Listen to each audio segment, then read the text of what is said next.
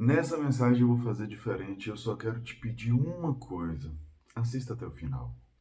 Só um pedido eu vou te fazer. Assista essa reflexão até o final. Eu ainda não sei que tamanho esse vídeo vai ter, mas um fato é, eu já sei o conteúdo que eu vou passar nesse vídeo e a complexidade, a riqueza do estudo que eu vou compartilhar aqui hoje. Então, por favor, assista até o final. Só que seja por curiosidade, que assista esse e talvez nenhum outro mais, mas assista esse vídeo até o final. Tem muita coisa aqui de uma riqueza inimaginável. E um detalhe interessante: talvez para quem não conheça a história, possa parecer um tanto extenso fazer estudo de algo que você sequer conhece, mas lá no final você vai ver que vale a pena. Para quem já conhece a história, pode parecer um tanto monótono a primeira fase do vídeo, porque eu vou estar compartilhando coisas que a grande maioria já conhece. Mas eu acredito que no final, eu garanto que no final vai valer a pena. Então, assista até o final, ok?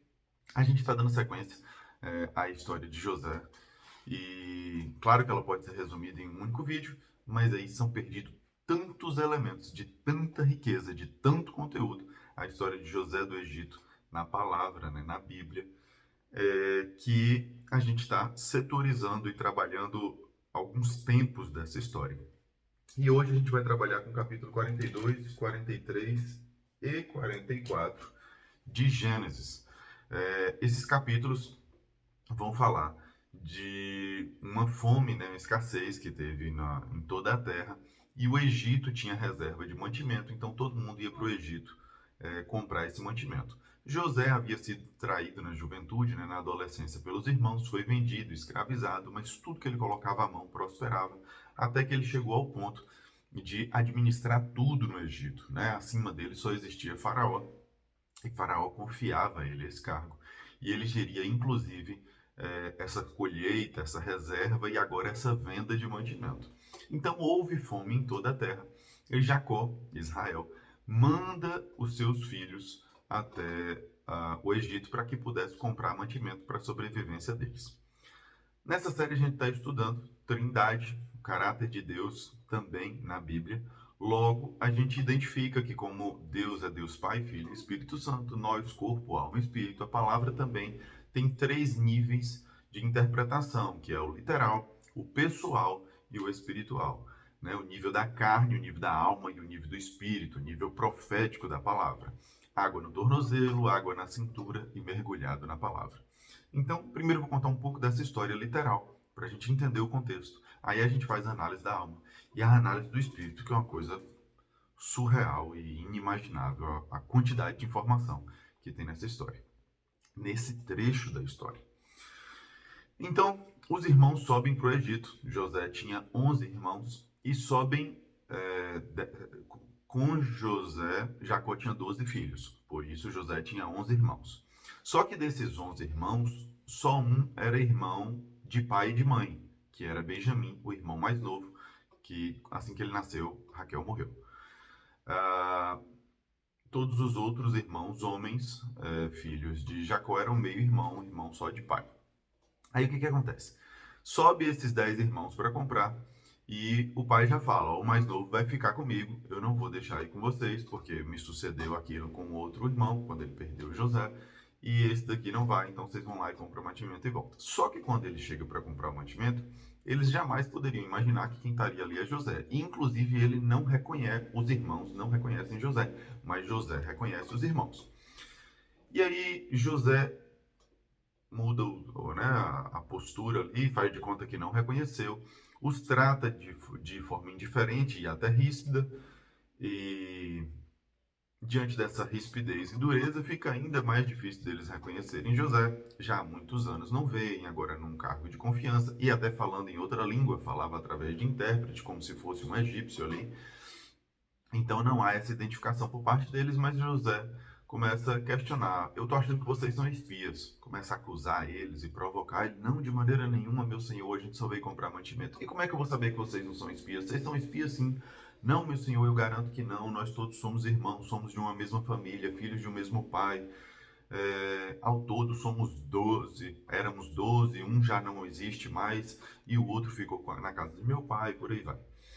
E aí José fala assim: olha, eu não quero saber. Vocês, para me provarem que não são espias, só se o outro vier aqui. Então eu vou prender todo mundo, um vai lá e volta e busca esse tal irmão aí. E aí ele coloca todo mundo na prisão, depois ele esfria a cabeça, alivia e pensa assim: eu já sei. Eu vou eu vou fazer o seguinte, eu não vou prender todos vocês não, eu vou prender um só. E aí ele prende Simeão e fala, os demais pode pegar e buscar o irmão de vocês. E aí há um certo desespero entre eles, porque nessa de vai buscar o irmão de vocês, todo mundo sabia que o pai não deixaria vir o irmão mais novo. E ali eles começam a sofrer, de certa forma, entendendo que tudo aquilo estava acontecendo como uma forma de castigo, né? O destino tá pesa, Deus está pesando a mão sobre nós. Olha o que a gente fez de errado. E essa aflição que está vindo sobre nós agora é porque a gente fez aquilo com o nosso irmão. E aí começa aquela discussão, né? Rubem mais velho, tá vendo? Eu falei para vocês não fazerem isso com o menino, ninguém me deu ouvidos, aí o que está acontecendo agora e tal. Então gera ali uma discordância, uma discussão, uma aflição, uma angústia por essa lembrança de quem José foi, do que eles fizeram com José e etc.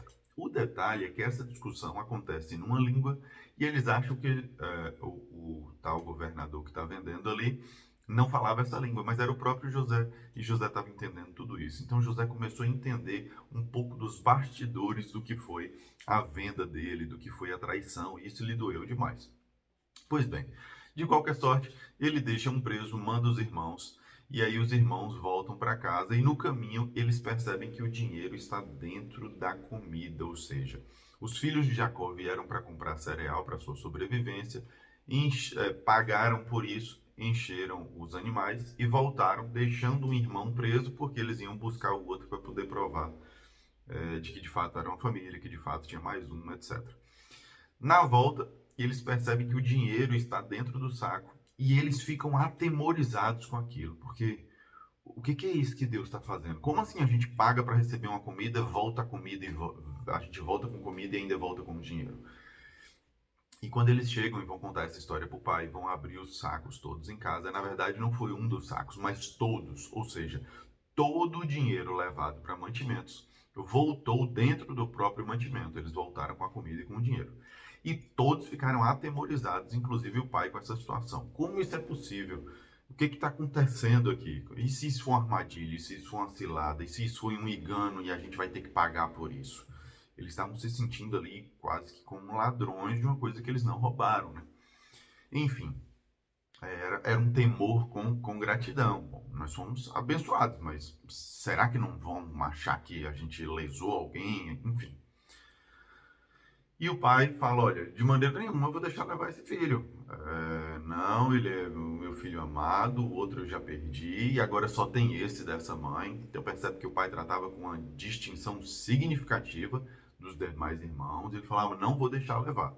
E aí, o que ficou lá ficou preso e vida que segue.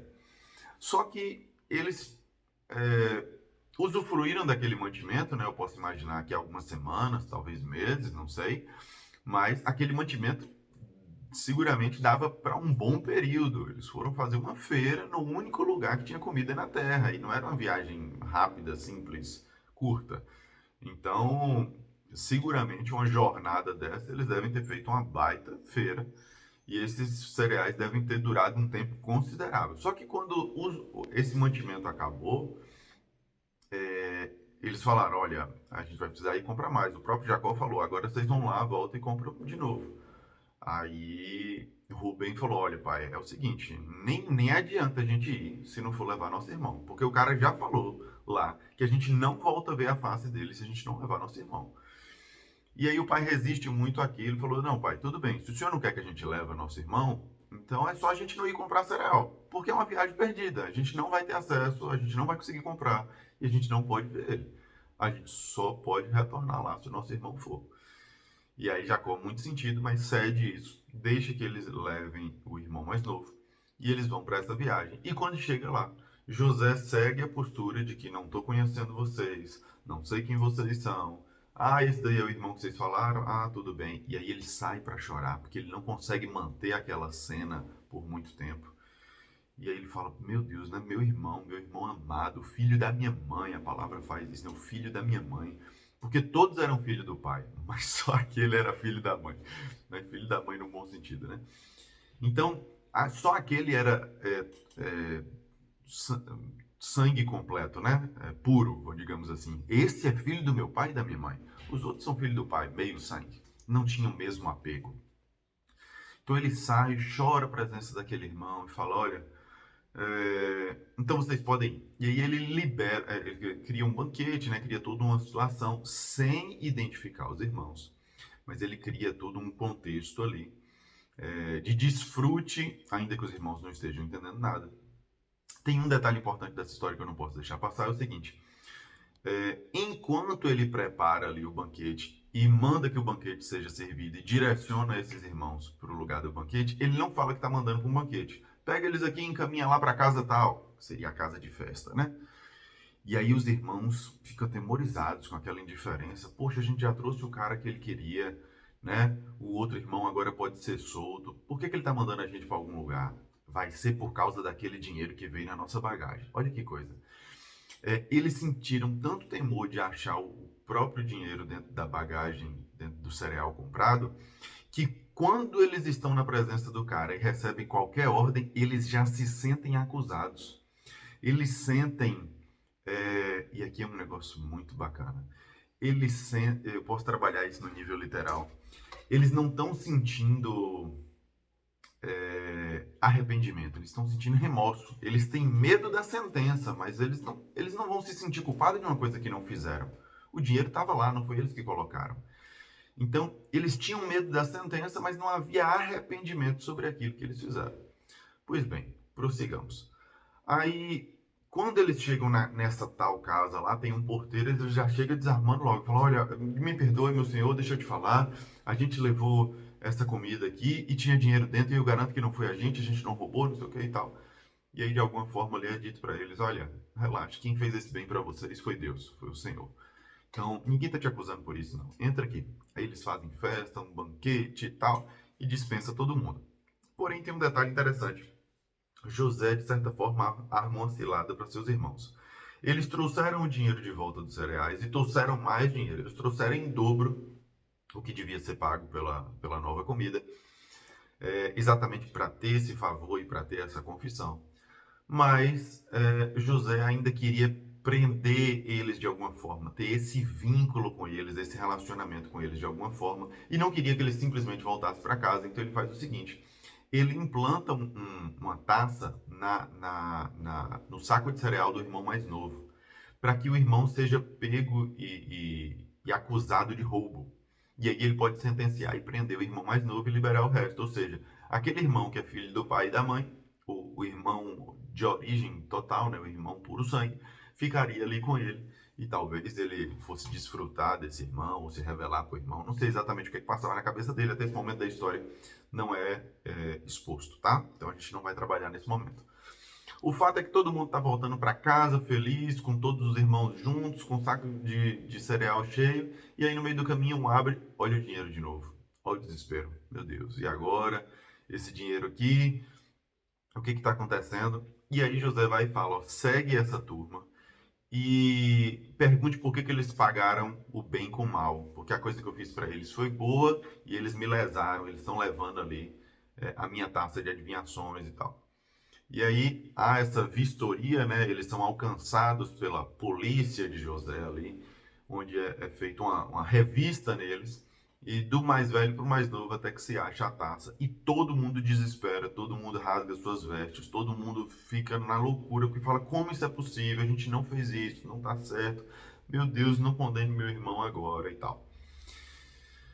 Quando chega na presença de José, acontece uma coisa muito interessante. Rubem, o irmão mais velho, para conseguir tirar Benjamim da presença de Jacó, Israel, o pai, ele falou, olha, eu vou pagar com minha própria vida, eu garanto, se eu não trouxer esse filho de volta, para sempre eu vou te dever. eu dou a minha vida, eu faço qualquer coisa por ele, eu garanto, pai, deixa eu levar que eu vou trazer nosso irmão de volta e tal.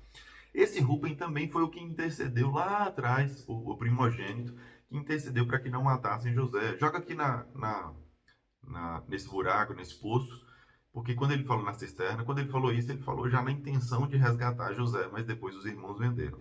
Só que agora ele defende com ainda mais afinco. Ele fala, não, esse daqui não.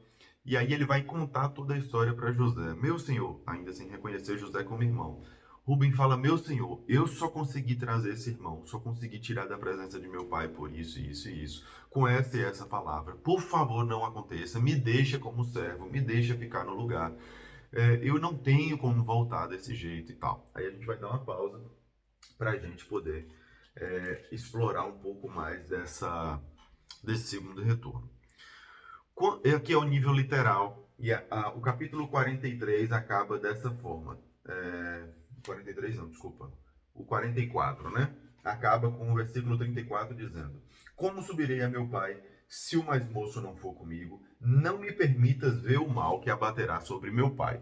Então Rubem está na presença de José falando, por favor, não faça isso. Olha, eu sei que você achou a taça no cereal de meu irmão, mas não me deixa voltar sem ele. E aí eu já estou soprando um pouco mais adiante ali. Ele fala, olha, eu posso até ficar no lugar, mas ele não prenda ele, por favor. Aí repara, esse é o nível literal, essa foi a história que aconteceu. E quando a gente vai para o nível pessoal, a gente começa a se avaliar no meio dessas figuras, né? Enquanto irmãos de José, será que como a gente tem reagido diante de situações que somos acusados do que não somos? Porque logo que os irmãos de José chegam, José começa a fazer uma cena ali e fala, vocês são espias. Não, não somos não. Olha, eu garanto que a gente não veio para espiar a terra. Não, vocês vieram sim ver o que que tem aqui, o que que falta. Eu tô achando que vocês são do inimigo. Não, não somos não e tal. E aí começa a dar satisfação de um monte de coisa. José não perguntou quem eles eram, de onde vieram, apenas os acusaram. Eles poderiam apenas se defender, mas aí ele começa a dar satisfação da vida. Não, não, não, eu sou filho de Jacó, todo mundo aqui é irmão, eu garanto que é uma família só, e não tem nada a ver com esse negócio de exército, não tem nada a ver com esse negócio de inimigo, a gente não veio para espiar ninguém. E aí começa a falar, não, e a gente tem mais um irmão, e tinha outro que não tem mais, e começou a contar a vida inteira, diante de uma acusação ah, infundada, né, irreal. Será que a gente não tem agido dessa maneira também como os irmãos? Será que muitas vezes a gente não tem agido como José diante de uma situação que a gente de José nessa fase aqui da história? Diante de algumas situações que nos lembram dores e traumas, será que às vezes a gente não tem encenado ou criado uma ceninha ali para manter o controle como uma forma de compensação de uma época que a gente não teve o controle? Percebe que José está manipulando ali a situação, porque agora ele pode? Pelo menos até esse estágio da história, a gente vai amadurecer isso mais à frente. Mas será que muitas vezes a gente não tem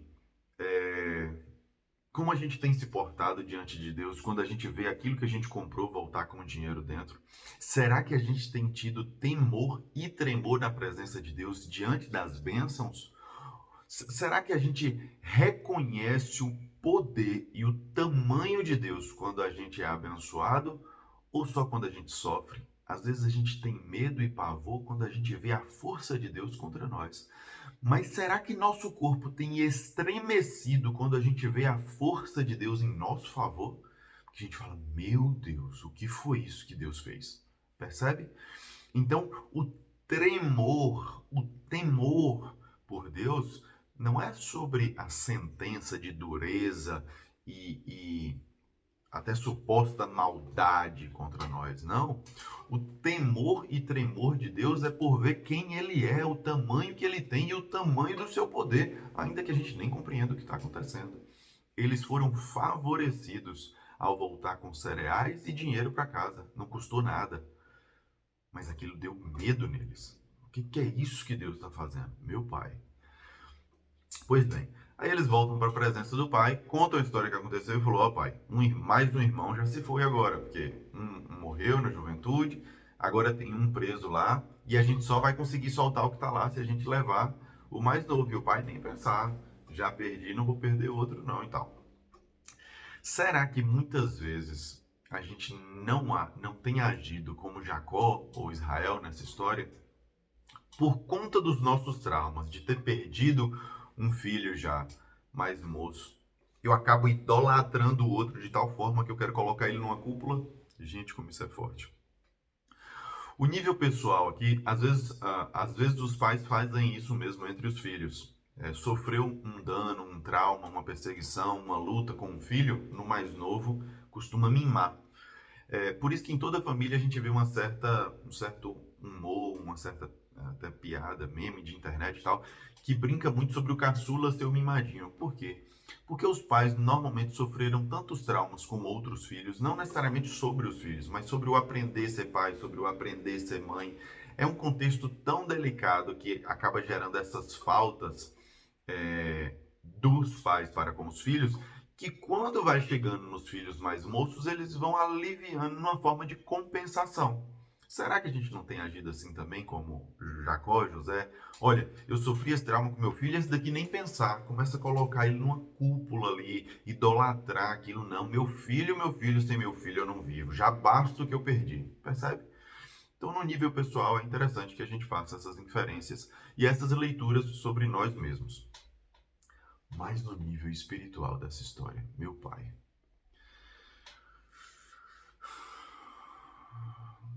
Para o nível espiritual, a gente pode separar essa história em dois fragmentos. Primeiro, quando eles vão para a primeira vez no Egito, o que acontece?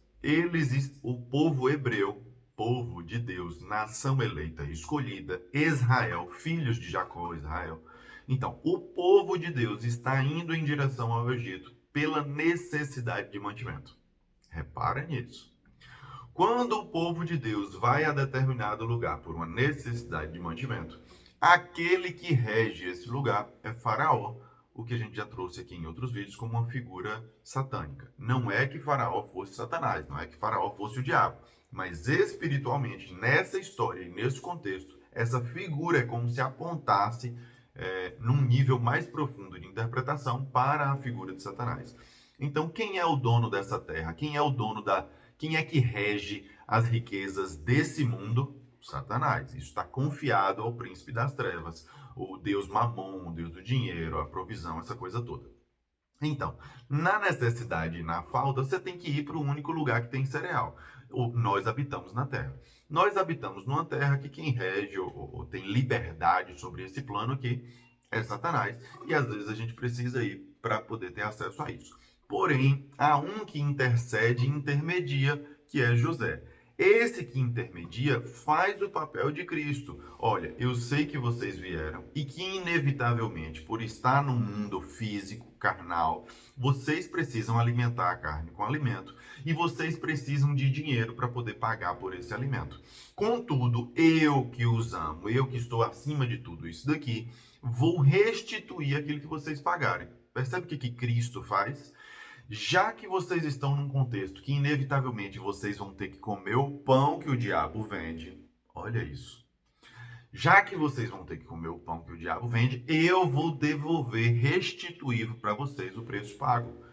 Então, Cristo é aquele que quando a gente é obrigado a comprar e viver nos limites físicos desse mundo, alimentando nossa carne, Cristo vai dizer assim, ok, eu vou alimentar a sua carne, mas eu vou restituir a alma, o espírito, as emoções. Eu vou suprir vocês de sobremaneira. Vai superabundar onde houve escassez. Vocês vieram com fome e tinham algum dinheiro. Gastaram esse dinheiro para levar comida. Eu vou devolver o dinheiro de tal modo que vocês tenham comida e dinheiro. Isso é uma vida em abundância. É isso que Cristo faz por nós. Ainda que o diabo fale, se vocês não comerem na minha mão, vocês não vão comer em lugar nenhum. Aí a gente vai comer na mão do diabo. Mas Cristo fala, não. Eu que estou dando esse cereal para vocês. Essa provisão é minha. E a prova disso é que não vai lhe custar nada. Você até pagou, mas eu vou restituir. Percebe? Então tem uma visão nessa fase da história. Mas quando a gente vira para o segundo trecho da história, José, olha que coisa preciosa isso. José, que até agora representava Cristo, José vai fazer o papel de Satanás. Presta atenção. Não é que José fosse Cristo nem fosse Satanás, mas no nível de interpretação espiritual da palavra, a conduta se assemelha de tal modo que a gente faz a compreensão do que é a atitude de Satanás conosco. O que Satanás faz com o povo de Deus? Fala, olha, eu vou aprisionar você. Eu vou aprisionar todos vocês. Ou melhor, não, basta eu aprisionar um. Porque se eu aprisionar só um, eu vou gerar tanto medo e pavor em vocês que todos vocês vão estar presos a mim. Observe que José prendeu só Simeão. Mas quando ele prende um irmão e libera os outros, todos os outros já viajam com medo. Percebe que isso é um papel do cão mesmo? É o que Satanás faz com a gente. Então fala assim, eu não vou tomar tudo que você tem, eu só vou tomar uma coisa, só para você ver que eu tenho poder de tomar. E você fica louco e desesperado, mesmo tendo todo o resto em sua mão. Olha que forte isso. Então José libera os irmãos, mas prendendo um. Nessa hora, o povo de Israel perdeu um para Satanás e volta para a presença do pai, que aqui Jacó Israel vai fazer o papel de Deus agora. E o povo volta para o pai e fala, pai, nós perdemos um. Satanás prendeu e agora não tem como fazer. Gente, presta atenção nisso, por favor. Olha, se você tiver com a atenção dividida nessa fase do vídeo, o que passou, passou. Mas daqui para frente, tenha foco total aqui. Isso é muito forte. Entender o nível profético da palavra de Deus é sobrenatural. Repara, quando o povo volta para o pai para interceder, fala, pai, nós estamos com um irmão preso por Satanás. O que a gente vai fazer agora? Pai, a gente precisa de alguém para poder ir lá nos libertar. E aí existe um irmão mais novo. Agora Benjamim faz o papel de Cristo. Repara. Nós precisamos de um irmão mais novo que vá conosco até lá para poder, com a chegada dele, a gente resgatar o que está preso. Quem é que morre e ressuscita? Quem é que vai através da morte no inferno buscar aquela alma que já estava perdida para trazer de volta para o Pai? Esse é o papel de Cristo, percebe? Mas mesmo os irmãos tendo mais idade, tendo mais força, tendo talvez mais maturidade, sendo mais velhos, eles não conseguem acessar, se não for pelo irmão mais novo. Percebe? Só que esse irmão mais novo tem um outro detalhe muito interessante.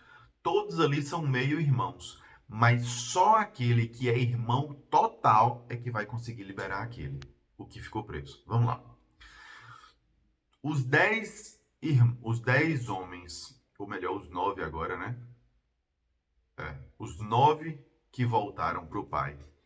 E 9 também tem uma outra simbologia na palavra, 3 vezes trindade, 7 é perfeito, 9 é mais que perfeito. Mas bem, os 9 que retornaram ao pai, chega e fala assim, pai, se esse irmão meio sangue nosso não for lá para tirar o meio sangue nosso, a gente não vai conseguir.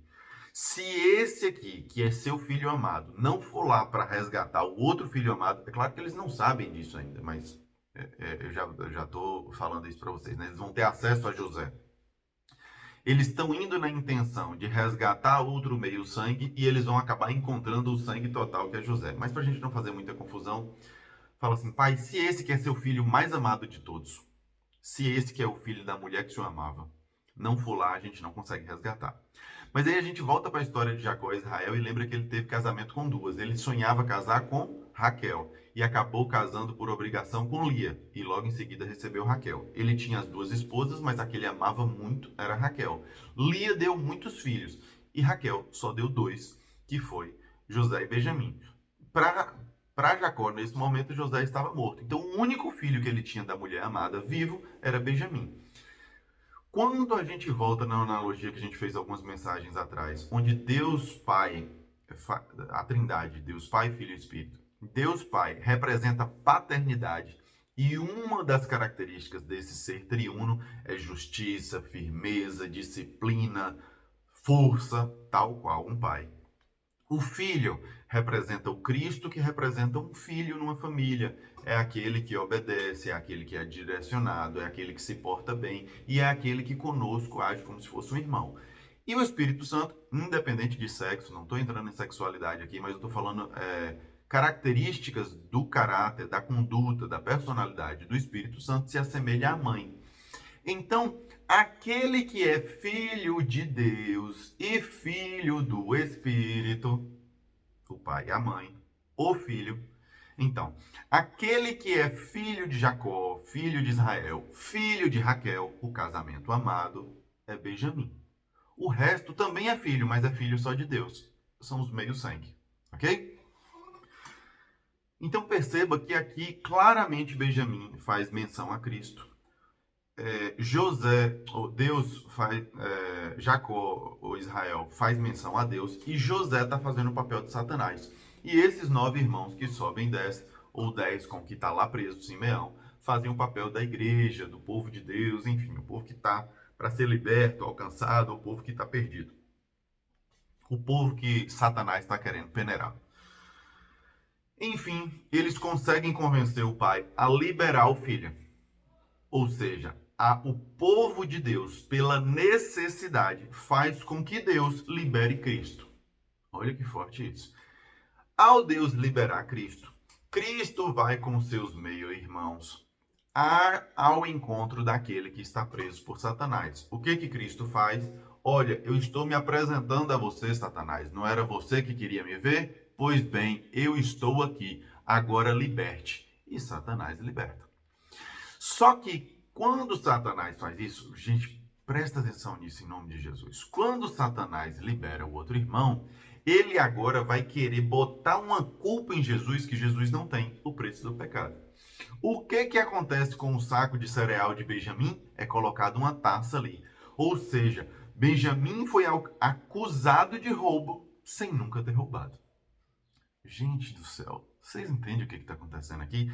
Na história de José, claramente está falando tudo da história de Cristo. Deus liberou Cristo para Cristo, junto com seus meio-irmãos, salvar aqueles que foram aprisionados por Satanás. Já estavam sentenciados ao inferno. Aí Cristo chega e libera, mas quando Cristo faz isso, ou para fazer isso, ele acaba sendo exposto a uma situação onde ele é acusado do que não cometeu. Por isso José, nesse trecho da história, está figuradamente fazendo o papel de Satanás. O que José faz?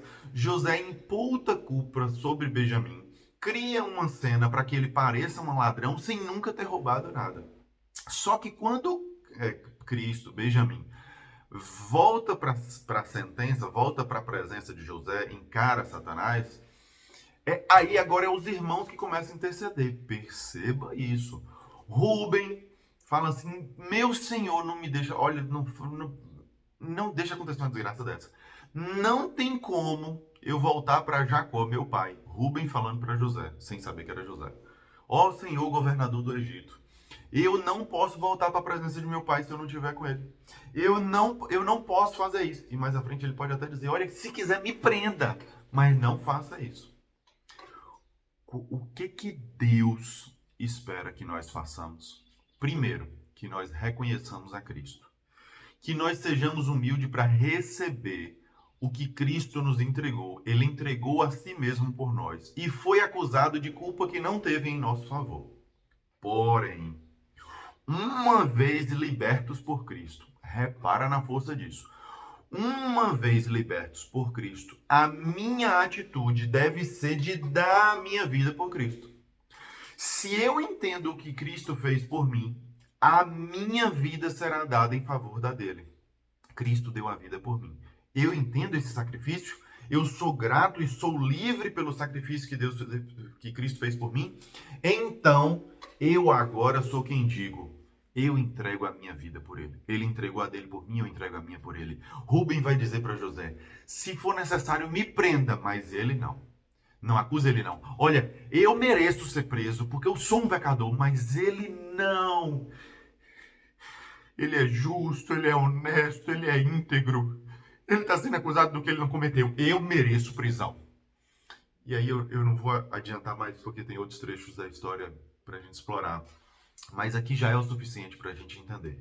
Aí eu vou ler de novo o último capítulo do capítulo 34. O último versículo do capítulo 34. O último versículo do capítulo 34, do capítulo 44 de Gênesis. O último versículo é o 34.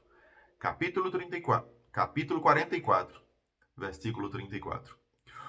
Como subirei? Rubem falando para José, mas aqui como se fosse o povo de Deus falando para Satanás. Como subirei eu ao meu pai?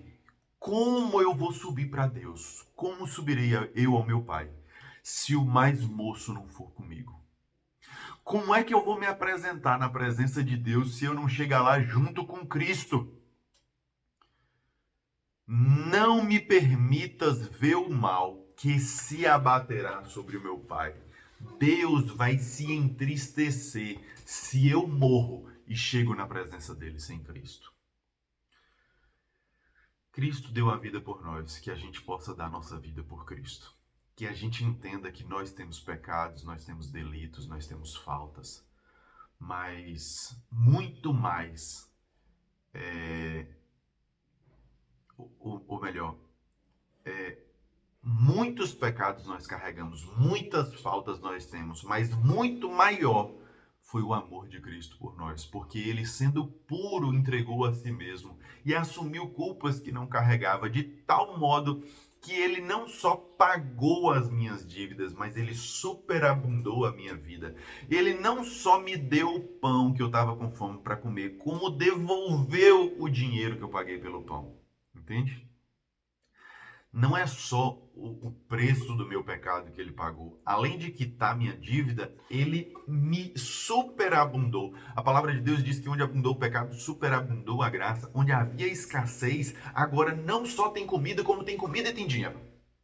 É isso que Cristo faz por nós. Primeiro, Cristo é representado pela figura de José. No segundo estágio da história, Cristo é representado pela figura de Benjamim.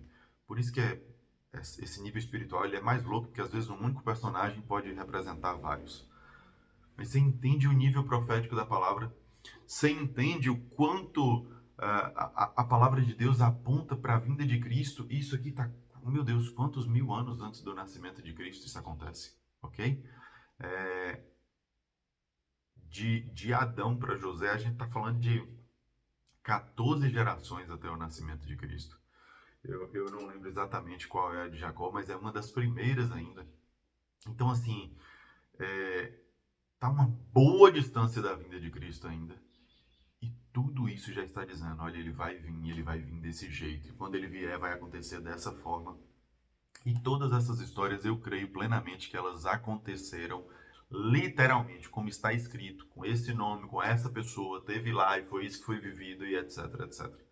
Mas quando isso aconteceu, e quando isso foi registrado, que poderia ter acontecido em qualquer lugar e nunca ter registro, quando isso foi registrado, é para que houvesse reflexão e mudança na minha personalidade a partir dessas histórias. Mas mais do que isso, que mostrasse que tem um Deus que arquiteta e organiza todas as coisas e faz um projeto e um plano perfeito para que tudo converja para o bem.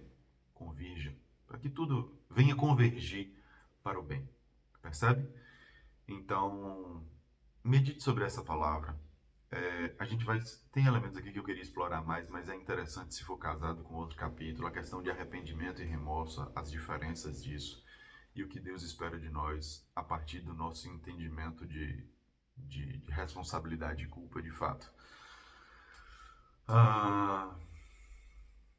Medite nessa palavra.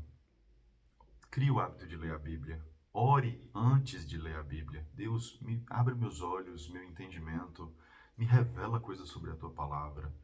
Nada disso do que eu trouxe foi invenção minha ou interpretação de texto inteligente. Nenhum homem é capaz de visualizar ou entender tudo isso se não for conduzido pelo Espírito.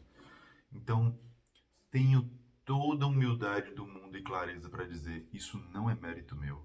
Isso não é porque eu sou muito estudioso, isso não é porque eu super me dedico, isso não é pela minha inteligência, não é pela minha juventude. Nada que eu faço, isso não é por mim. Pela misericórdia de Deus, ele me fez compreender. Mas eu pedi, peça. A palavra de Deus diz: um pai, sendo ruim, um pobre, pecador, um traficante, um porqueira que for um pai, se o filho lhe pedir pão, qual é o pai que vai dar pedra para uma criança? Qual é o pai que quando o filho falar, pai, me dá um peixe, ele vai dar uma cobra? Se até o ser humano, sendo podre, apodrecido em pecado, corrupção e mente, se até o homem ruim consegue ser bom para os seus filhos, imagina Deus. Como é que a gente pedindo a Deus ele não vai dar? A palavra de Deus diz: peça sabedoria e lhe ser-lhe-á dada, não lançada em rosto. Quando a gente fala, Deus me dê sabedoria, ele não vai falar, toma aí, e arrumar na cara, não. Ele vai conceder aquilo que foi pedido. Pede, meu filho, que vai ser dado. Peça sabedoria a Deus, que dá a todos deliberadamente, que dá a todos de bom grado, que dá a todos com abastança. Peça. Então, tudo isso que vocês estão vendo da palavra aqui é discernimento espiritual, não é mérito meu. Eu pedi e Deus deu. Peça, leia a palavra, compartilhe a palavra, leve essa mensagem à frente. Se você puder compartilhar esse vídeo, glória a Deus, maravilhoso. Se você puder aprender o conteúdo desse vídeo e levar por onde você passa, muito melhor. Pelo amor de Deus, pelo amor que você tem a si, a sua vida e a tudo que você quer conquistar ainda, pela gratidão de tudo que você já tem. Viva na presença de Deus. Crie um relacionamento íntimo com Deus. Viva para Ele, porque Ele pagou um preço por você. Um preço de uma dívida que Ele não tinha. Ele quitou sua dívida e ainda lhe deu mais dinheiro. E lhe supriu do que você necessitava. Até hoje, tudo que você vestiu, comeu, respirou, é graças a Deus. Então, se você está ouvindo essa mensagem, abençoe outras vidas com ela. Leve ela para frente. E cresça em intimidade com Deus em nome de Jesus. Viva esse evangelho, encontre esses segredos na palavra de Deus. Desfrute dessas belezas preciosas que são reveladas e são entregues para quem procura e para quem quer. Pergunte, peça. Peça sabedoria, peça discernimento, peça a visão espiritual, a audição espiritual. Deus, abra os meus olhos e os meus ouvidos espirituais, Senhor. Me permita ver o que ninguém vê. Eu quero ver com seus olhos, eu quero ouvir com teus ouvidos. Pai, me permita te sentir. Me permita estar conectado ao Senhor. Senhor, não me deixe mais viver se não for na tua presença, se não for reconhecendo quem o Senhor é e o que o Senhor faz. Deus abençoe o seu dia. Parabéns aos corajosos e dedicados que assistiram até aqui. Mais de 40 minutos de vídeo. Que Deus multiplique e superabunde bênçãos na sua vida. Em nome de Jesus. Um abraço. Até o próximo vídeo. Breve tem muito mais. Deus abençoe.